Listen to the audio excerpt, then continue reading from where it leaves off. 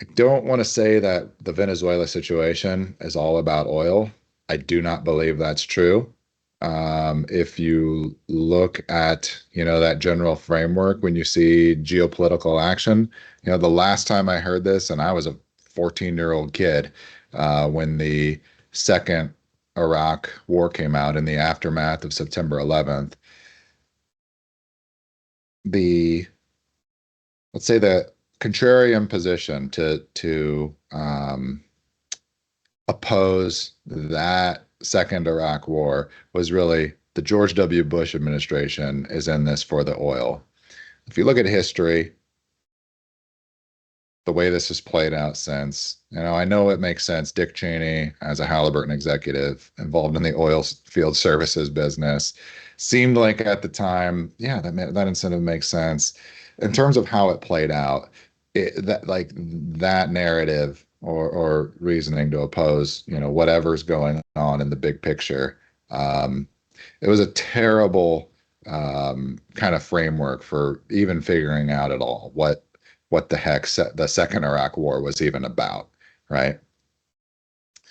If you look at Iraqi oil production, all of that, it's just been there's no proper reason why you can justify the trillions that the U.S. spent on that war for those oil resources. It just doesn't make any sense on the face of it.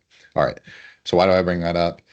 We're seeing this build up in Venezuela. Cameron and I think we've been talking about this for several months Yep. now. Maybe August, we first started talking about this build up. You do start to hear, hey, we want their oil. Venezuela's got the largest oil reserves of any country in the world, et cetera, right? I don't know that that's the be all and end all. We don't necessarily want those reserves, in my opinion. It's not about confiscation of those resources, especially when you're looking at a U.S.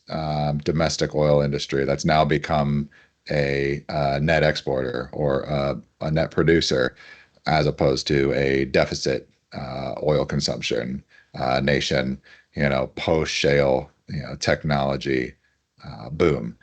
So that aside, I won't go into like the thoughts on what I think is actually going on here in Venezuela, other than it's pretty clear, two things. It is related to the international commodity flows. So the oil and where it's going do matter. And then you think about the financial value of those commodity flows as a collateral into a fiat-based credit system. That is important here.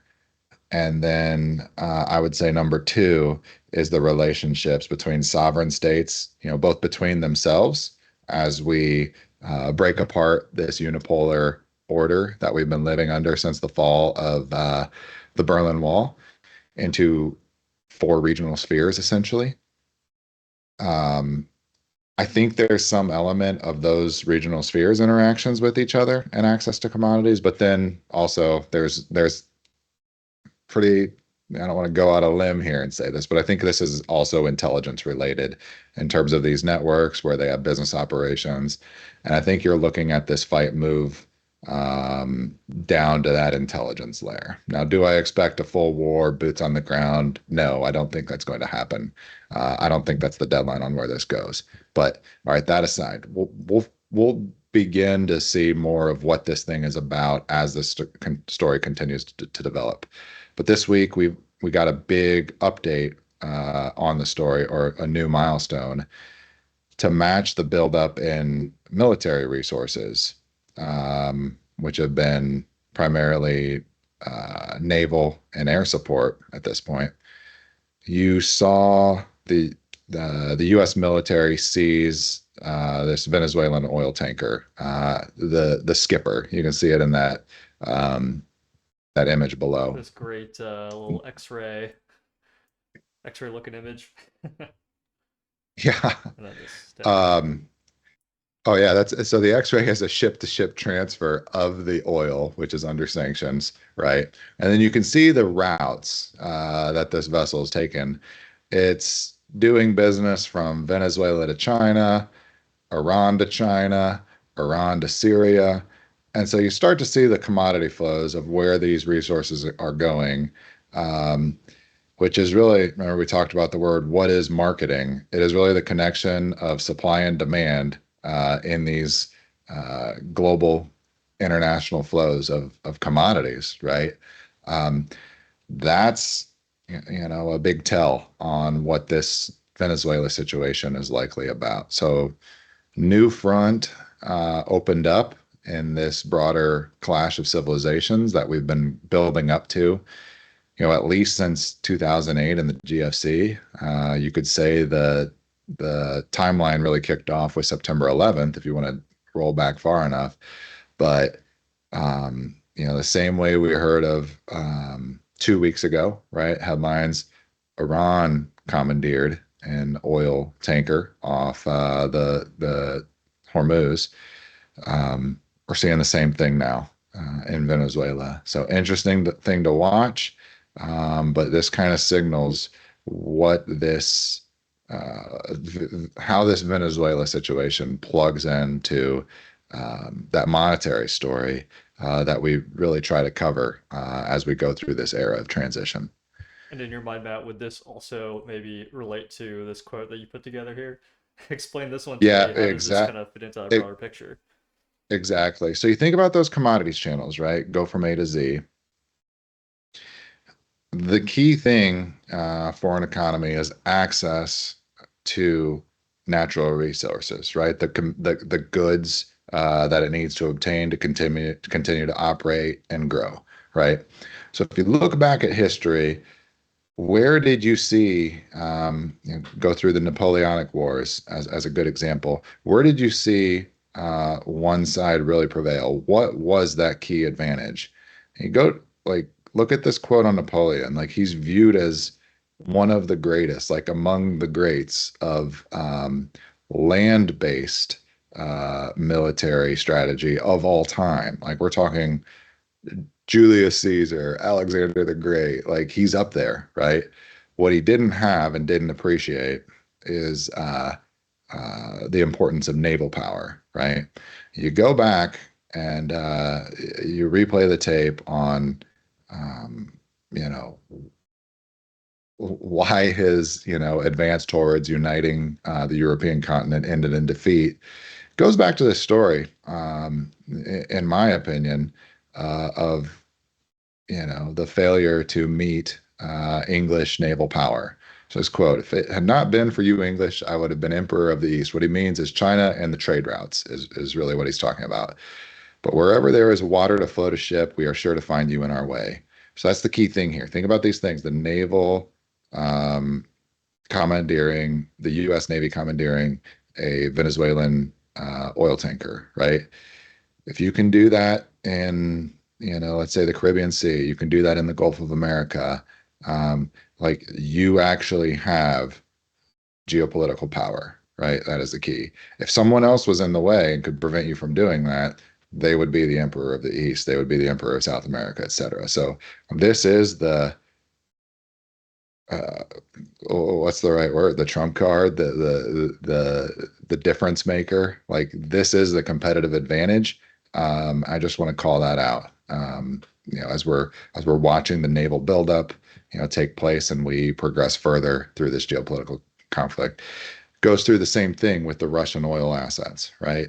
If you can't actually go from, where are these things located from a supply standpoint?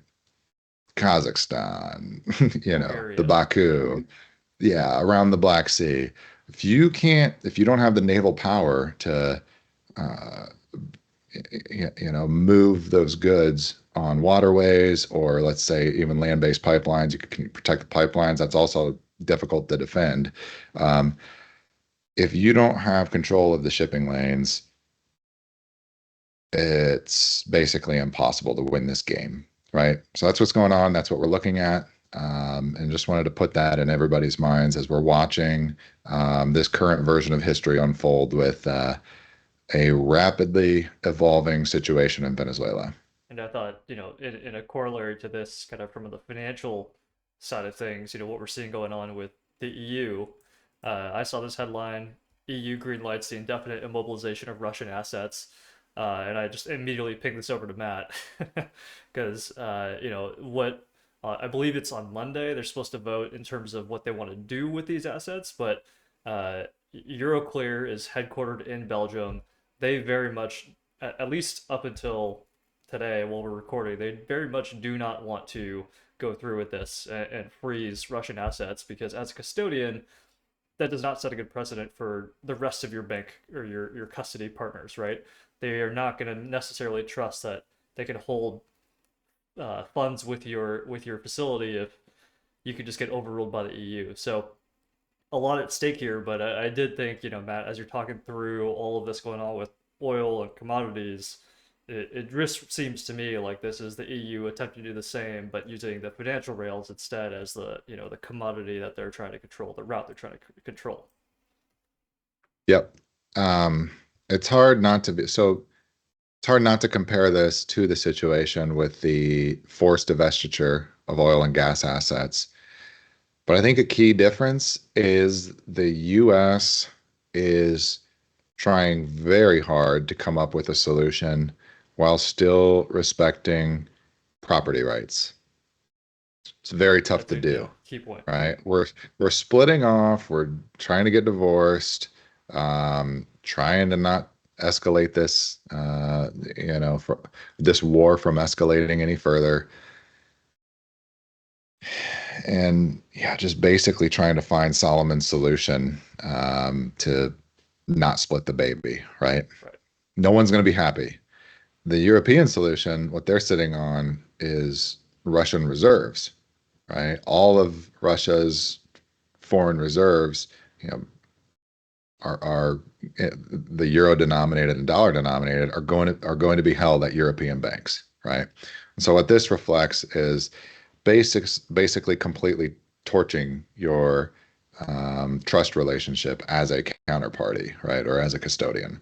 Um, so I think in terms of are these situations an apples to apples, like on first view of the headlines, sure, maybe they seem similar, but actually when you get into the details and potentially stoking irreparable harm to a relationship, maybe I'm biased here, but I think the Americans are trying to preserve their sense of property rights, respect for rule of law, etc., whereas the European Union just has something they want to get done, which is use these Russian reserves, these assets, to fund the war in Ukraine, right?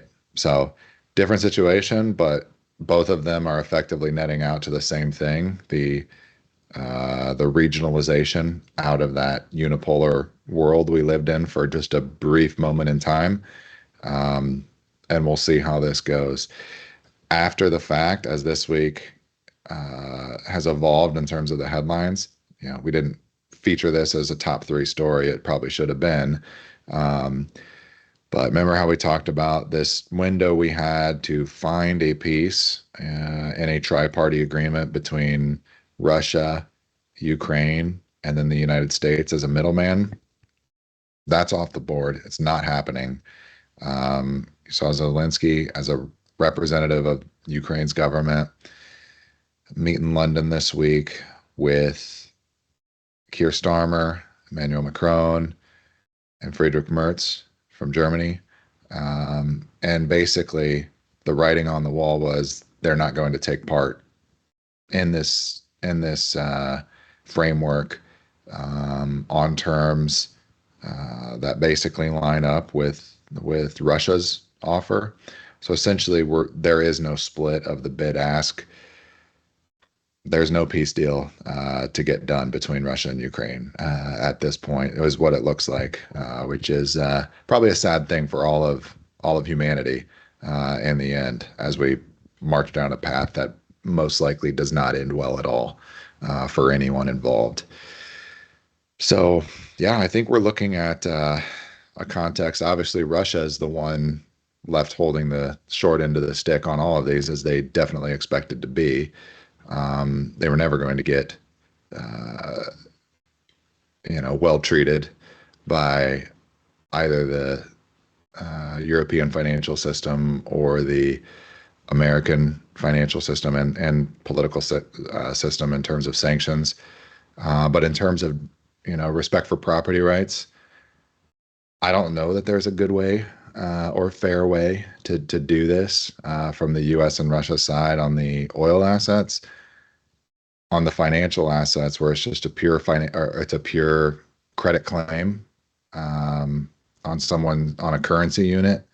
Um, those are basically trampled and gone. So I don't know what else to say about this. It's not a positive development. This isn't something we should all, um, celebrate. You've seen videos from NATO Secretary General Mark Rutte basically rallying or trying to rally the European societies to sign up for sending their youth to the front lines in an escalation of this war. Um, and it's just hard to see a positive outcome coming out of any of this.